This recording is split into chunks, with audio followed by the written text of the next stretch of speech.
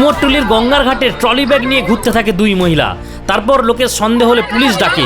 Police trolley bag খুলতেই সকলের চোখ ছানা বড়া, ট্রলির মধ্যে লাশ। সাত সকালে এমনই হাড়হিম করা ঘটনা ঘটেছে কলকাতার কুমোরটুলিতে। আসলে উত্তর 24 পরগনার মধ্যম গ্রামের বীরেশপল্লীতে ভাড়া বাড়িতে থাকতেন মা ও মেয়ে, যথাক্রমে আরতি ঘোষ ও ফাল্গুনী ঘোষ। ফাল্গুনী ঘোষের পিসি শাশুড়ি হলেন সুমিতা ঘোষ। সুমিতা ঘোষের নিজের বাড়ি আসামের জোরহাটে।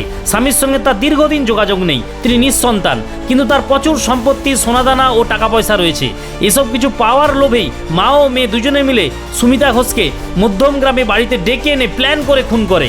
প্রথমে তারা সুমিতা দেবীর মাথা দেওয়ালে ঠুকে ইট দিয়ে আঘাত করে মৃত্যু নিশ্চিত করে। তারপর তারা দেহকে কেটে একটি ট্রলি ব্যাগে ভরে মধ্যম গ্রাম থেকে কলকাতার কুমোরটুলিতে আসে গঙ্গা নদীতে ফেলে দেওয়ার জন্য। মঙ্গলবার সকালে কুমোরটুলিতে দুই মহিলাকে এমন অবস্থায় দেখে স্থানীয় মানুষদের সন্দেহ হয় এবং পুলিশ ডাকে। এরপর ব্যাগ খুলে দেখে পচা গলা দেহ।